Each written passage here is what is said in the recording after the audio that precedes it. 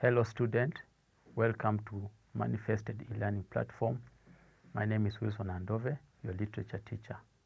Now we have been looking at narratives, the types of narratives, and I've been giving examples of those narratives. In the previous lesson, we looked at two types of narratives. We looked at a trickster narrative and a fable. Now in today's lesson, we are going to look at three types of narratives: the Ogre narrative, ghost, and dilemma.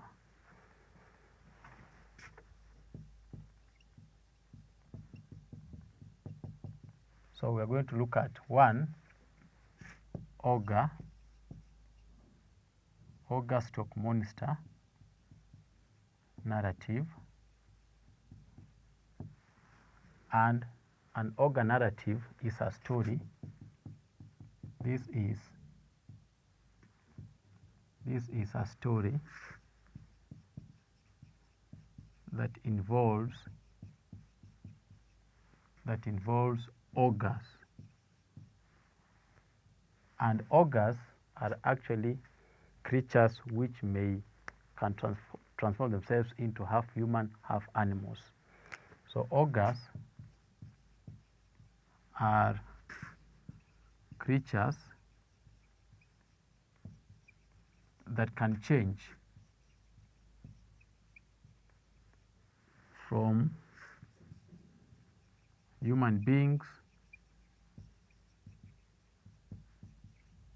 to even animals, depending on the situation.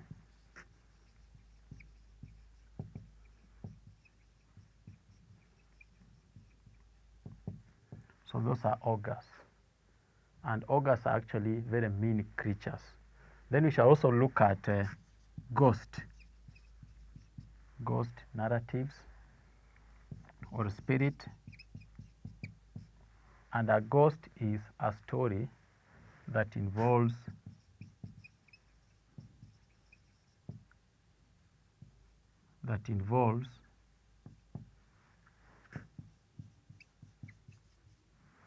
people who are already dead, that involve ghosts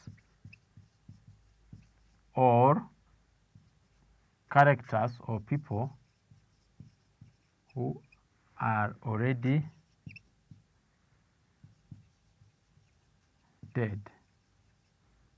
So those are ghosts. The ghost of a dead person appears in a story. It's called a ghost narrative. Then lastly, we shall look at a dilemma. It's a story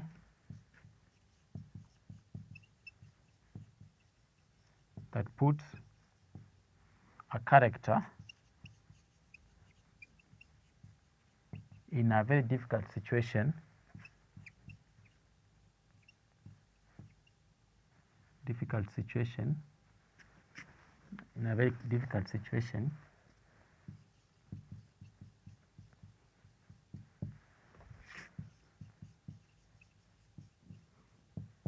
and he cannot make, and he has to make that difficult decision.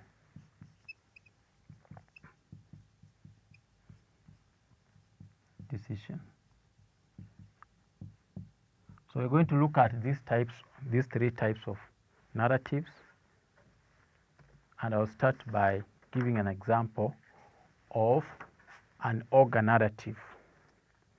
So there's this story that is from the Gikuyu community, and it says, a long time ago, there was a pregnant woman whose husband had gone to work in a distant land.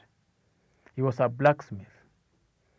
This woman got a baby, and an ogre played midwife to her. He also played the role of a nurse, cooking for her and gathering firewood. Every time the ogre came back from the forest with firewood, he would pretend to offer the food to her, saying, "Newly delivered mother, take this delicacy." But before she could reach the food, he would withdraw it, saying, you have refused to eat. so I will eat. Then he munched down the food himself.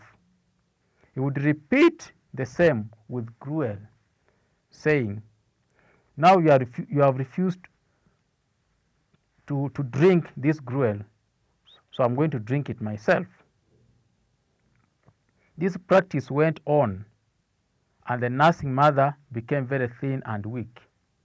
The ogre himself became fat and sleek. In those days, women used to put on castor seeds to dry in the sun. Doves used to come and steal these seeds. So one day, the woman talked to one of the doves, saying, you dove, you have eaten all my castor seeds. Now can I ask you to carry out a small errand for me? Can you do it? Yes, I can, answered the dove. Right, I would like you to fly to the land of the blacksmiths. And once you get there, pass the following message. I say, oh, you blacksmith, hasten to finish whatever you are doing. Your wife is with child, and Ogre is playing nurse to her. She's being offered food, but the ogre eats it all. The dove did as she was told. When she got to the place where the blacksmiths were working, she sang the song. The blacksmiths heard the dove song and asked each other, who left his wife expecting a child? One of them confessed he had, and so the others asked him to go and find out what was going on at home. When he got home, he found that his wife had given birth to a baby boy, but the mother was very thin and weak. She told the husband the whole story and how Ogre was eating all her food and tormenting her. By this time, the ogre was in the forest gathering firewood. The husband sharpened his spear and hid himself in the house. Presently, the ogre came home with a load of firewood on his back. He dropped the firewood with a thud and malevolently rebuked the nursing mother. Newly delivered mother, may you fall with a similar thud.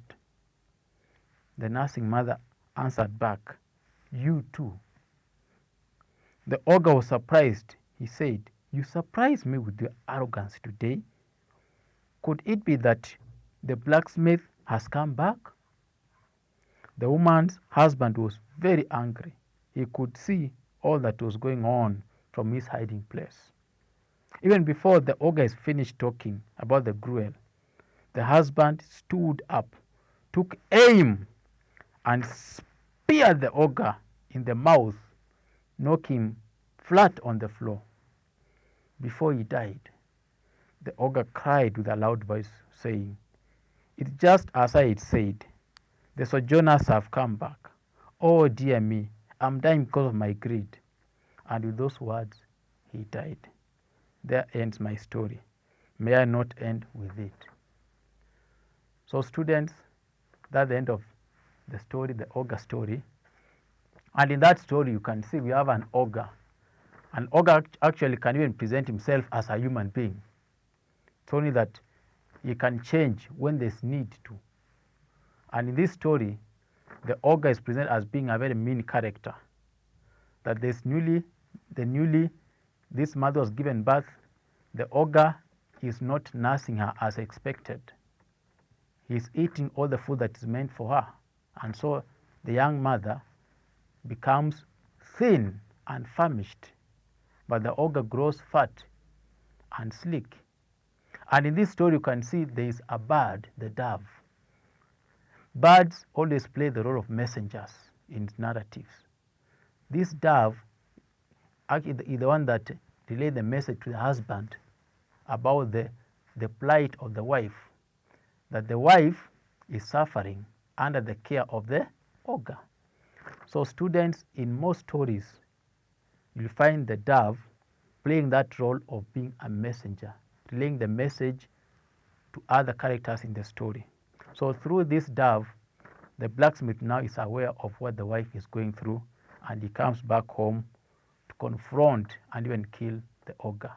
In fact, in all ogre stories, the ogre is always killed because the ogre actually is meant, it represents evil. And evil must be defeated by good. So that was example of an ogre story. Now let us look at an example of a ghost story. And the story is entitled Njabala, ghost or spirit story. As I said, a ghost is like a dead person appearing again and playing a central role in a story. We call that a ghost or a spirit. It says this, Njabala. Once upon a time, a man and his wife had a daughter. The girl's name was Njabala, and she was stunningly beautiful. But she was badly brought up. She was spoiled. She did not want to work. She did not want to do any work in the shamba or around the house. All through her childhood, it was her mother who cooked for her, washed and ironed her clothes for her, did everything for her. But Njabala was very beautiful. Anyway, Njabala grew up and was soon ready for marriage. She married a young man who took her to his home. But of course, she couldn't do any work. When the time came for her to go and work in the shamba, she didn't know what to do. She put both her hands on the head and cried out, Mama, Mama, mother of twins, it's you who used to spoil me. Come and dig. Mama, Mama, mother of twins, it's you who used to spoil me. Come and dig. Whereupon the skeleton of the mother, who had died, suddenly appeared. He took the hoe and started clearing the shamba as it sang. Njabala, this is the way women dig. Njabala, Njabala, this is the way women dig. Njabala, don't let me be caught by in-laws. As it cleared the large patch of land from here all the way out there, then it disappeared back to the grave. This went on for quite some time. Every time Njabala went to the shamba, she would call out, Mama, Mama, mother of twins, it's you who used to spoil me. Come and dig. Then the mother skeleton would appear, would come and clear the shamba, singing, Njabala, this is the way women dig. Njabala, Njabala, this is the way women dig. Njabala, don't let me be caught by my in-laws. One day, however, a relative of Njabala's husband saw what was happening. She went and said to her husband, you know what? The food we eat in this house is grown by skeletons. The husband said, oh dear, oh dear. The next day, he went and hid in the shamba. When Njabala arrived, she called out as usual, Mama, Mama, mother of twins, it's you who used to spoil me. Come and dig. The skeleton came and began to dig as it sang. Njabala, Njabala, this is how women dig. Njabala, Njabala. But suddenly, the man leapt out of his hiding and dealt his mother-in-law's skeleton a big blow with his stick. The skeleton disappeared immediately. Njabala was almost fainting with shame and shock. Her husband said to her angrily, so this is what has been happening. You have been feeding us on food grown by skeletons. From that day on, Njabala learned to work, saying, what else can I do now that my mother was beaten and driven away? And so she became a hard-working woman. I left her happy with her husband and the rich crop she was harvesting from her shamba. And I came here. That's what I saw. That's the end of the story, students. In this story, we have a character called Njabala. This character, this young lady was actually spoiled by her parents because she was the only child. She's a very lazy character. So once she gets married, the mother skeleton appears from the grave to come and help her dig that piece of land. This happens for quite some time until it's known by Jabala's husband, by the husband to Jabala. So one day he hides somewhere and sees for himself what was happening, and then he confronts the skeleton and actually kills it. So in this story, students, you can see we are having a ghost or a spirit, the ghost of Jabala's mother, playing a central role in the story. And you can see there's the use of the song. We said a song is builds on the theme of the story, on the theme of the narrative. So there's a song that's sung both by Jabala and the mother's skeleton. So students, that's the second example. We look at the last example, a dilemma narrative. And a dilemma is a situation that puts a character in a very difficult situation. It's a story that puts a character in a very difficult situation, and that character has to find a solution, has to come out of it. And it's not always very easy for that character. We say you are between a rock and a hard place. So listen to this story, students. Between the lion and the deep blue lake, a man is walking in a jungle near a lake. Suddenly, a lion sets upon him and starts chasing him. He runs as fast as his legs can carry him, and he climbs a tree on the edge of the lake. The lion comes at the foot of the tree, waiting for the man, for it knows whatever goes up must do what? Must come down. Must come down. The lion is waiting for this man who is on a tree. It knows that the man must come down. Must come down. The man is just beginning to regain his breath when, on looking up above his head, he notices an enormous black mamba ready to strike him at any moment. His first idea is to jump down and dive into the lake. But as he peers at the water, he notices a gigantic crocodile swimming towards the shore, hungry, flapping its deadly jaws open and shut. What should he do? Now, students, that's a dilemma. Okay? This is a man who's being chased by a lion. He climbs a tree for safety. He thinks that he's safe. And when he has just settled on a branch of a tree, when he looks up, he sees a snake, black mamba, venomous snake, ready to strike him. So what does he think? He thinks that if he dives into the lake, he might be safe. As he's about to dive into the lake, he sees a crocodile swimming towards the shore of the lake. The crocodile is flapping its jaws, very hungry. So what should this man do? In fact, the story goes further and says that the branch that he was sitting on begins to break. So what should this man do? Now that's a real dilemma.